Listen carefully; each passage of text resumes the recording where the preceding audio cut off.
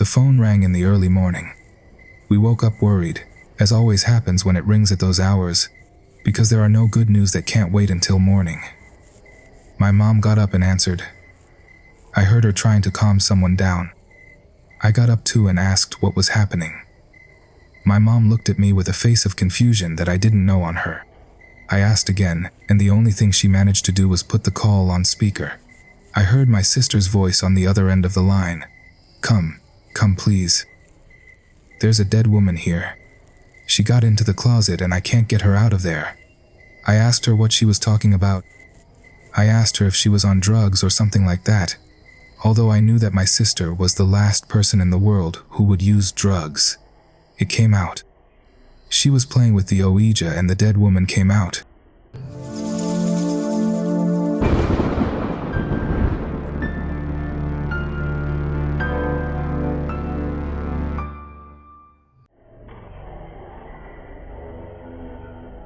Very good night, dear community. I have to give a warning. The following story may provoke certain reactions in some of you who are sensitive, very sensitive, or who are prone to suggestion. The following story speaks of manifestations that are transmitted by telling it, and I think it is undoubtedly one of those episodes that will make many listeners feel different, that will make them feel that they may be living something similar to what is narrated here. Please remember that if at any moment you feel that way, try to see this only as entertainment. Please, try to listen very calmly and not feel threatened. If you can't do it, I recommend that you don't continue, that you skip this episode.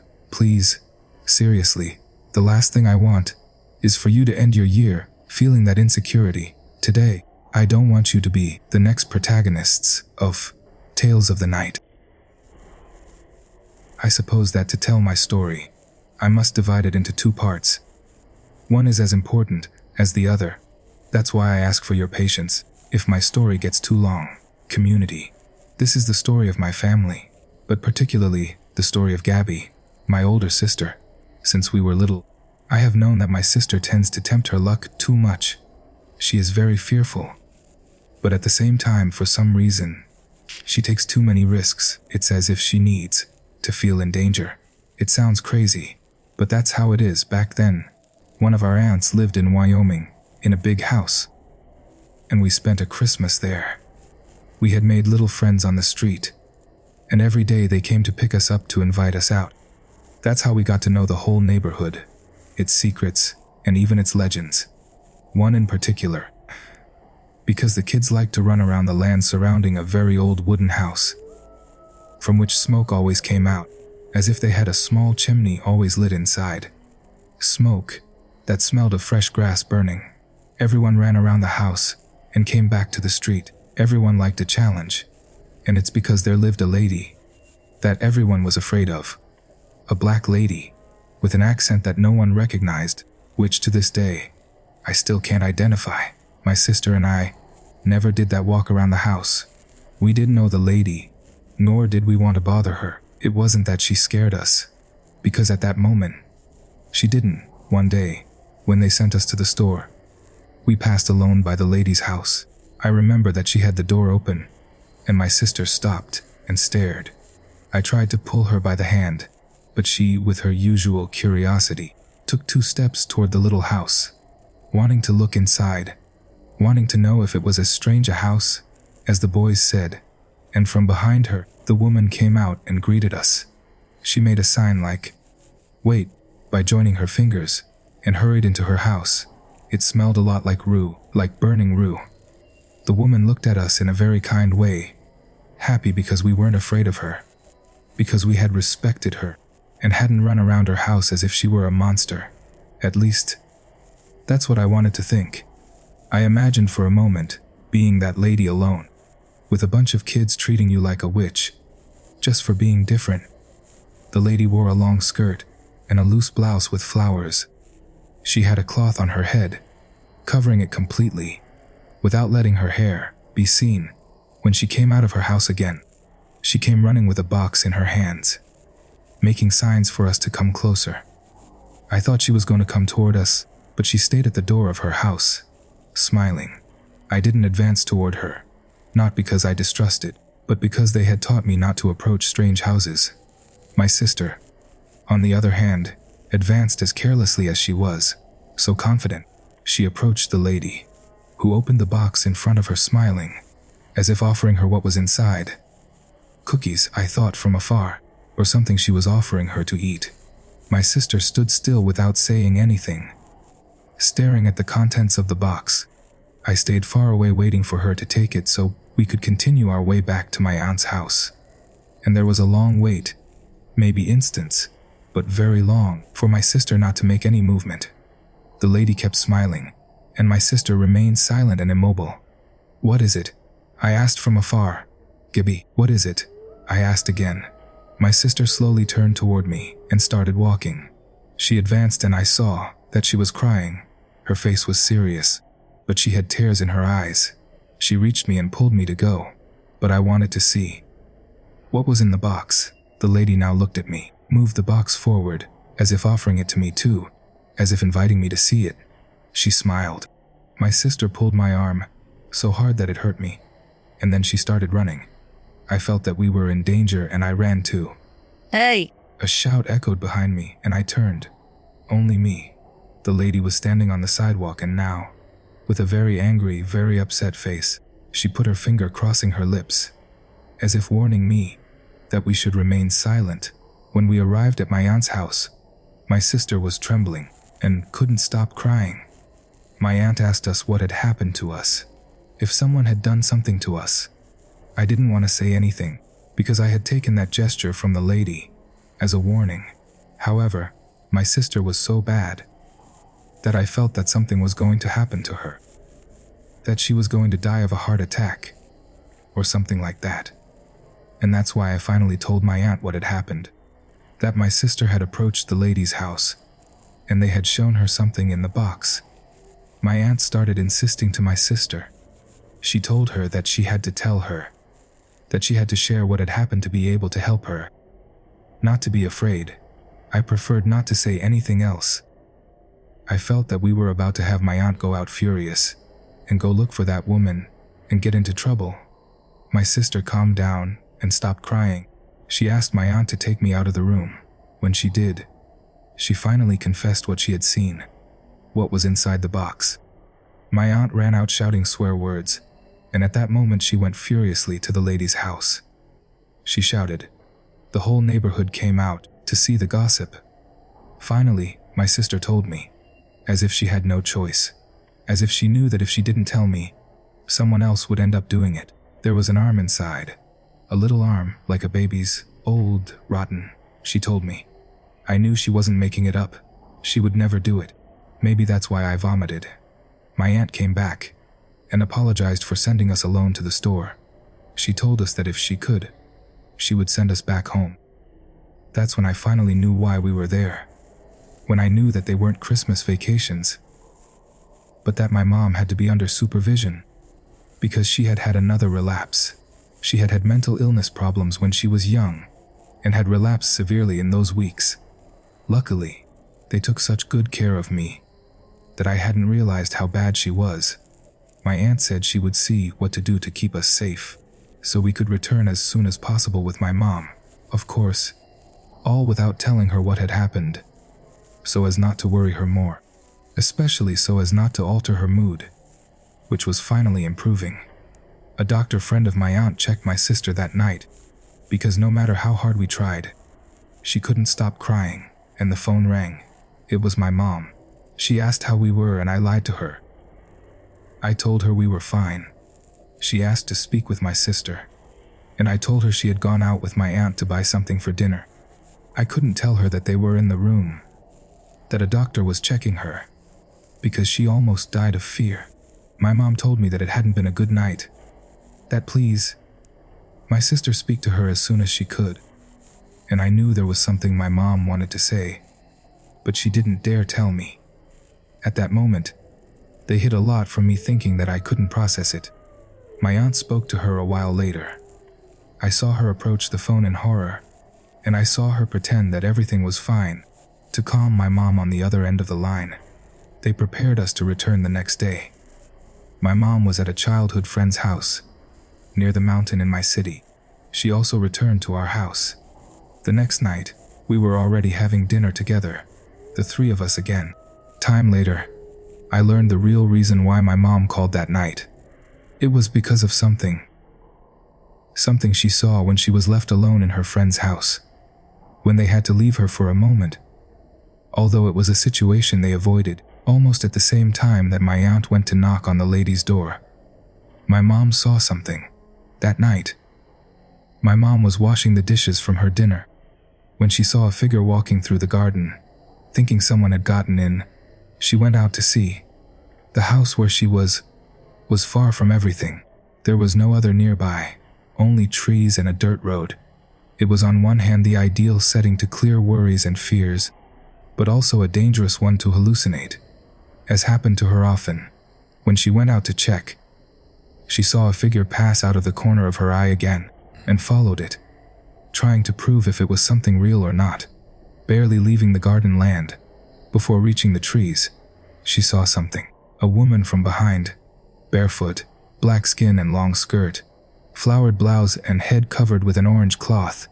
She had her arms stretched out like a scarecrow, and moved her head from side to side, until she suddenly stopped, as if she had heard behind her. When she began to turn toward my mom, she feared that it was a hallucination, that she was about to see something horrible, and she covered her eyes and went back inside again. My mom never knew that what she saw was the same woman who hundreds of kilometers away had scared my sister in a way that changed her life forever. What did my mom see? We will never know. If it was a hallucination because of her illness, I don't understand why she saw something that looked particularly like that. Exactly like that. It makes no sense. And you know what was the strangest thing? That we told this to my grandfather. A few weeks later, we told my dad over the phone. Although he lives in the Texas, we told him over time too. Years later, to the one who became my sister's best friend. What we never told is that the lady was a black woman, nor how she was dressed, nor the position of her arms. But on the 3 occasions they told us that same night, or in the following days, they noticed a person near their house, through the window, like from behind, but very close, like turning her head to listen, always in the same position, as if she knew when her story is transmitted. But don't worry, she has never done anything really dangerous, just appear. The lady's house in Wyoming, my aunt told us, she abandoned it shortly after that first night, and it remains abandoned to this day.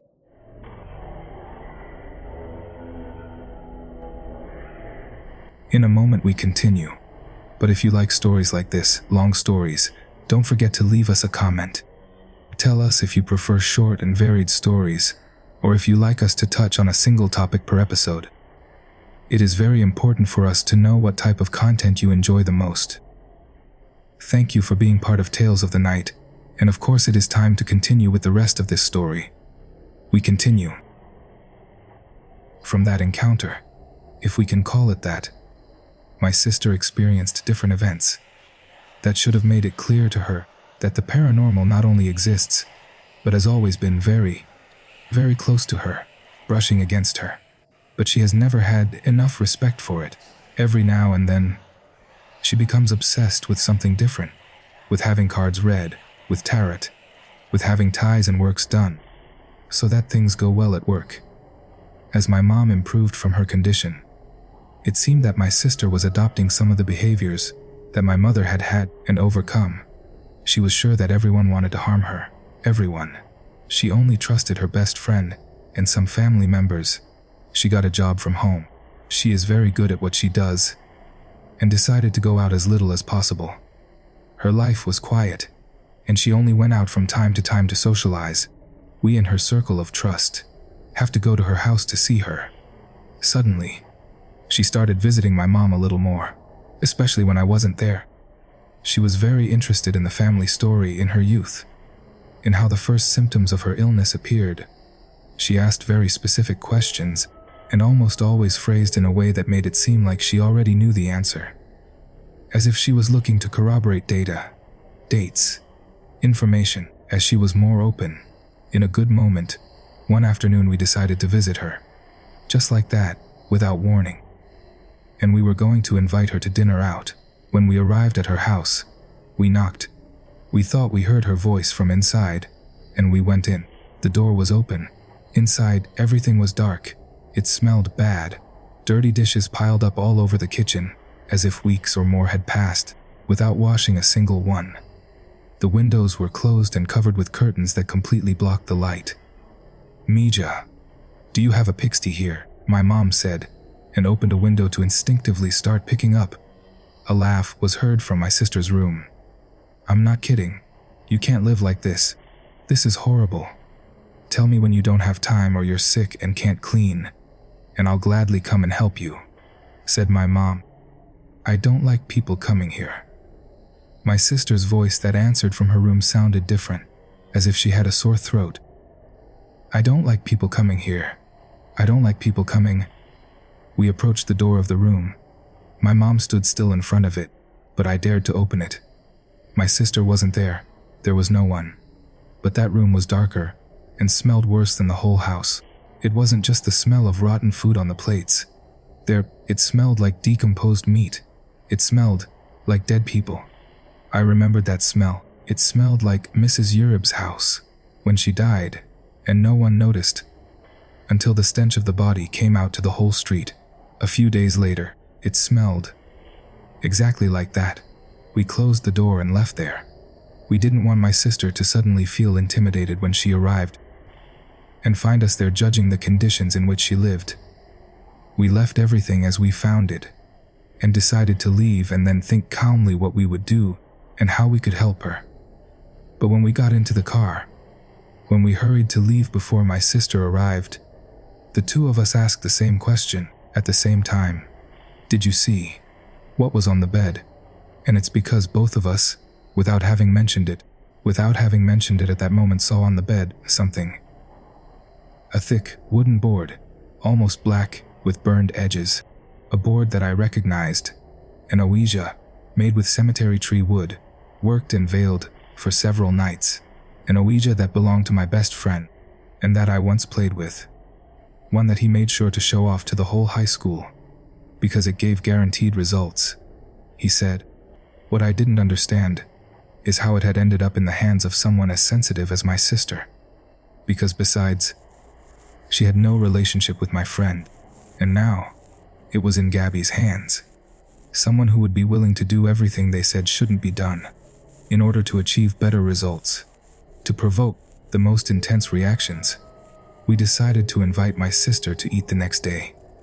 Better, we told her that we would pick her up to go to a place she liked, but that we would pick her up shortly before the reservation. This with the intention that she wouldn't think we were going to enter. However, the next day, upon arriving, my mom and I presented ourselves at her door knocking, with the pretext that we had to enter urgently to the bathroom. We entered the house, and the place was spotless, reeking of clean. It smelled of incense and flowers. We were totally surprised. My sister only said, "She told me that you were going to enter, but it's already all clean, not like yesterday." "What are you talking about, Gaby? Who told you what?" I asked. My sister just smiled and said nothing, only that we should enter the bathroom calmly, that we should go eat. The conversation at dinner was the most normal. In fact, the most normal I've seen my sister since we were little girls. Everything went so well that for a moment we thought we had misread everything. That maybe this time, whatever my sister was doing was going well for her, but no, of course not. We were very far from understanding the gravity of what she was living. 6 months passed. 6 months in which I barely saw my sister Gabby, although my mom assured me that she talked to her every day and that she was doing well. And it was December 2025. The phone rang. In the early morning, we woke up worried, as always happens when it rings at those hours. There are no good news. That can't wait until morning. My mom got up and answered. I heard her trying to calm someone down. I got up too and asked what was happening. My mom looked at me with a face of confusion that I didn't recognize on her. I asked again, and the only thing she managed to do was put the call on speaker. I heard my sister's voice. on the other end of the line. Come please. There's a dead woman here. She got into the closet, and I can't get her out of there." I asked her what she was talking about. I asked her if she was on drugs, or something like that, although I knew that my sister was the last person in the world who would use drugs. It came out. She was playing with the Ouija, and the dead woman came out. My mom stayed on the line, trying to calm my sister. She believed it could be one of the hallucinations she used to have. She always knew that her condition could be hereditary. I called my friend Ricardo, Ricky as we call him, who lives 2 houses in front of my sister's. I asked him please to take a look at her house, to see if everything was okay. My mom had asked my sister to wait for us on the sidewalk, not to be inside the house. My friend confirmed that my sister had come out and was talking on the phone outside the house, on the street. "Hey, but she's not alone," he told me. "There's someone peeking from the upstairs window." We arrived in a few minutes. I ran all the red lights on the way.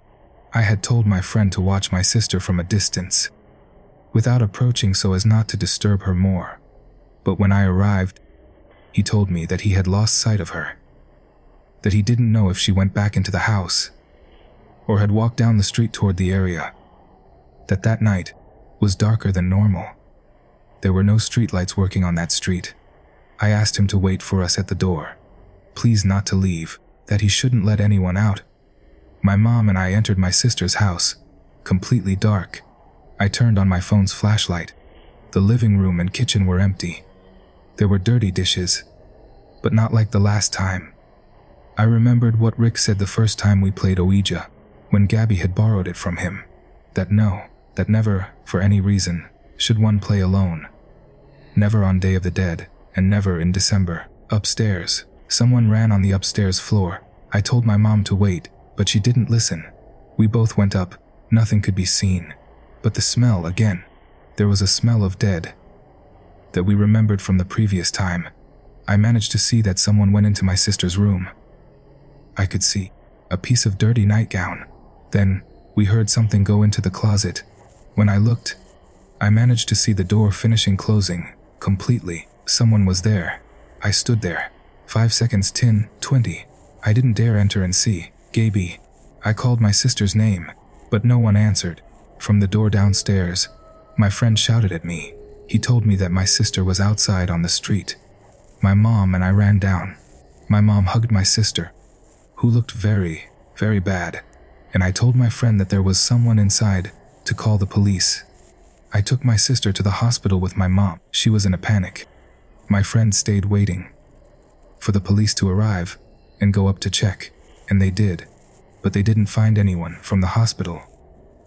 I told my friend to please keep an eye on my sister's house. I told him that I knew there was someone there. I just wanted to know if it was someone real, something physical, or if it was something paranormal. That is, I really wished my friend would call me and tell me that someone had come out, something that could be explained more normally. I don't know. By then I preferred to think that someone was taking advantage of my sister's condition. It would be easier to help her than if she was messing with things we don't understand, with things that go way beyond our comprehension. My friend called me. He told me that someone had come out of the house, a woman with gray, straight hair, who wore a gray nightgown and walked very slowly. He said she stopped right in front of his window, from where he saw through the imperceptible curtain. He said he knew she was looking at him, and that she had her arms stretched out to the sides, like a scarecrow. I asked him to close the doors and call the police. Luckily he did. By the time the police arrived again, there was no one. My sister improved over time. There were no signs of this Ouija, nor of any woman. Gabby refuses to talk about it, or about what she did, or what she asked to know. She always changes the subject. My best friend confirmed to me that he didn't have his Ouija, but he never knew how it disappeared from his house, and that's how it happens. The work boards look for whoever they can hurt the most. Gabby lives with us again, and although sometimes I have to take care of her almost as much as she takes care of my mom, I prefer that to knowing them far away, alone, at risk. And although the two parts of that story seem disconnected, what catches my attention a lot, is the position of the arms of the two entities, of the two incarnations of evil. I don't know what they have to do with each other. And although I would like to, I feel that I'm better off not knowing, without understanding. As I tell you, it has been a year of peace, of presumed calm, and I finally dare to share this story. Only if something happens, and I hope not, I will write to you again. If someone has an idea of what may be happening, of what is the root of what we have lived, I will read your answers with attention and a lot of care. If someone sees a woman with outstretched arms outside their house, although I don't really believe it, but if someone sees her, I'm sorry. I know that in part it's my fault, but I'm very sure that she can't do anything to you. Rest, have a very good night. See you in the next episode.